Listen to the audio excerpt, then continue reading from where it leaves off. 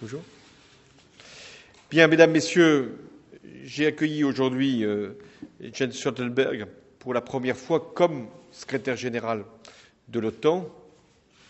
Vous vous souvenez que je l'avais reçu il y a quelques mois lorsqu'il se préparait à l'exercice de cette responsabilité.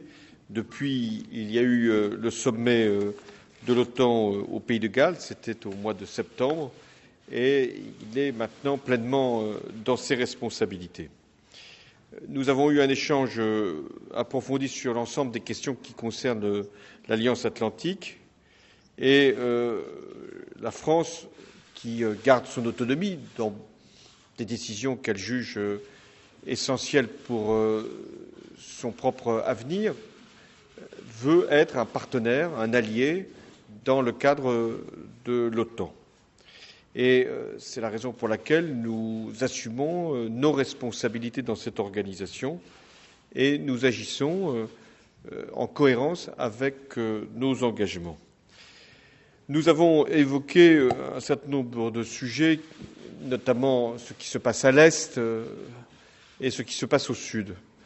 Ce qui se produit à l'Est, notamment en Ukraine, doit nous convaincre une fois de plus que l'accord de Minsk est la seule base possible pour rétablir la paix et que la position de la France, et j'aurai l'occasion de la répéter autant que nécessaire, et notamment dans ces circonstances, c'est le plein accord de Minsk dans son intégralité, dans également son immédiateté et également dans sa fermeté, c'est-à-dire que nous ne devons pas tolérer la moindre dérogation et il doit y avoir un cessez-le-feu respecté et le retrait des armes lourdes.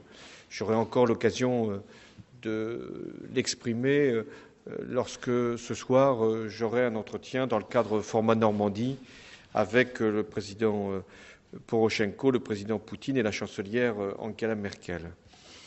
Nous avons aussi à faire entendre la voix de tous les démocrates lorsqu'il y a un assassinat comme il vient de s'en produire à Moscou et nous devons demander, c'est ce que la France fait, que toute la vérité, toute la clarté puisse être établie par rapport à cet assassinat.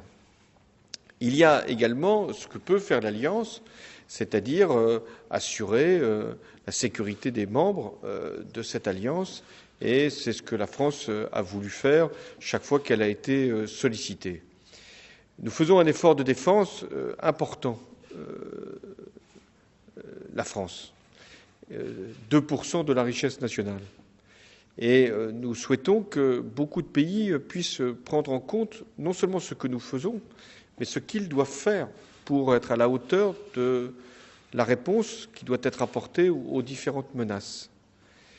Et nous attachons beaucoup de prix à ce qu'il y ait aussi une cohérence entre l'Europe de la défense, que chaque pays doit faire dans le cadre de notre Union européenne, et l'Alliance atlantique, et c'est ce dont nous avons parlé avec le secrétaire général.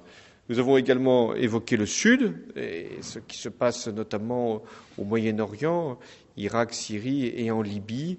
Et en Libye, plus particulièrement, tout doit être fait pour qu'il puisse y avoir une unité politique permettant ensuite de rétablir la paix civile, puisqu'elle est aujourd'hui plus que menacée, puisqu'il y a des groupes terroristes qui se sont installés.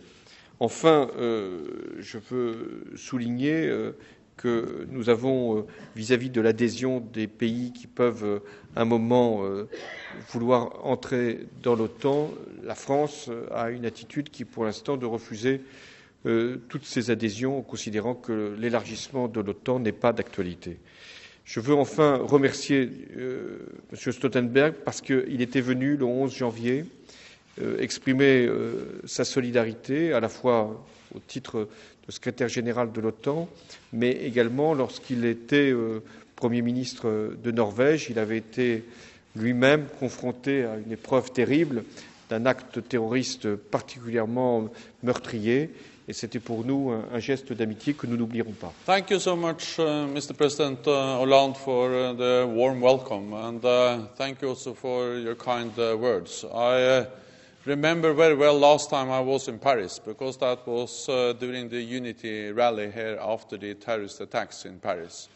And I would like to commend you and the people of France for the way you handled that very serious attack on your open society, on the freedom of speech, and that you acted as one, that you stood together in protecting our open and free societies and the values which are so important for all of us.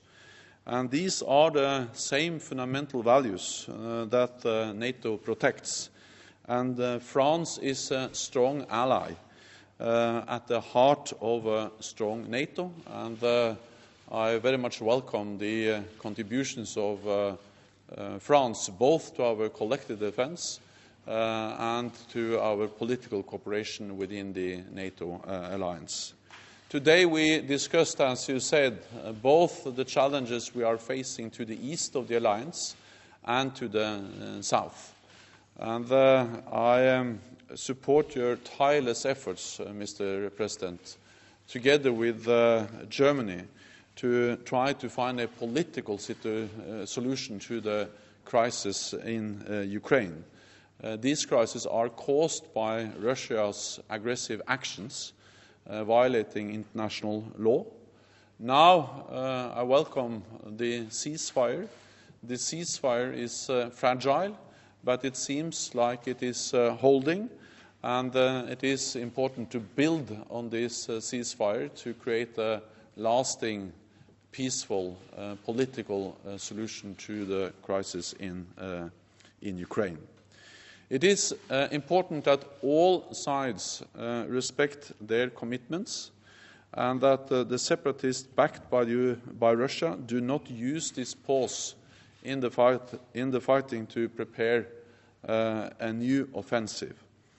All heavy weapons must be withdrawn in accordance with the Minsk agreement, and OSCE monitors should be allowed full access to be able to monitor the ceasefire, the withdrawal of heavy weapons, and the implementation of the Minsk agreement.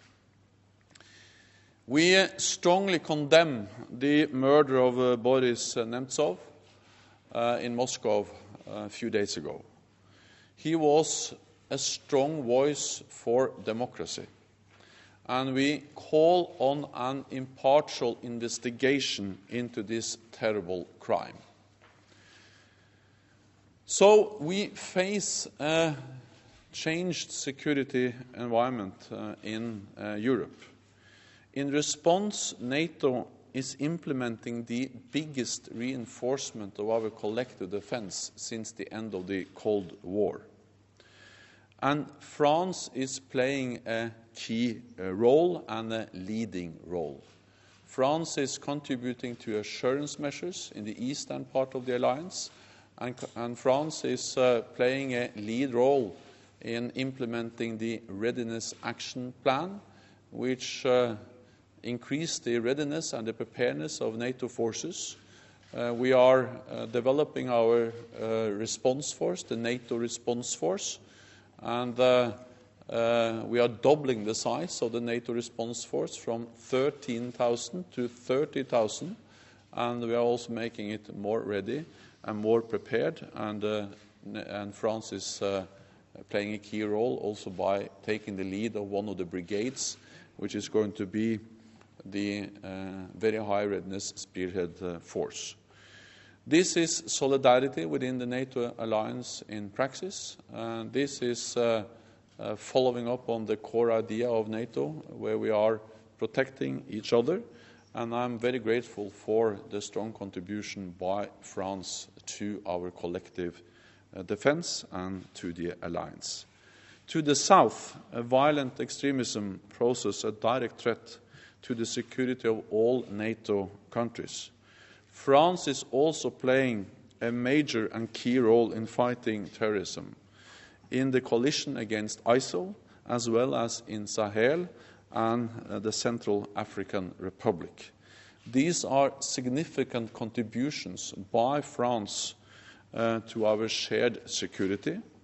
And during our meeting today, we also discussed the importance of strengthening the unique partnership between NATO and the European Union, and we agreed on the need to reinforce Europe's defence industrial base.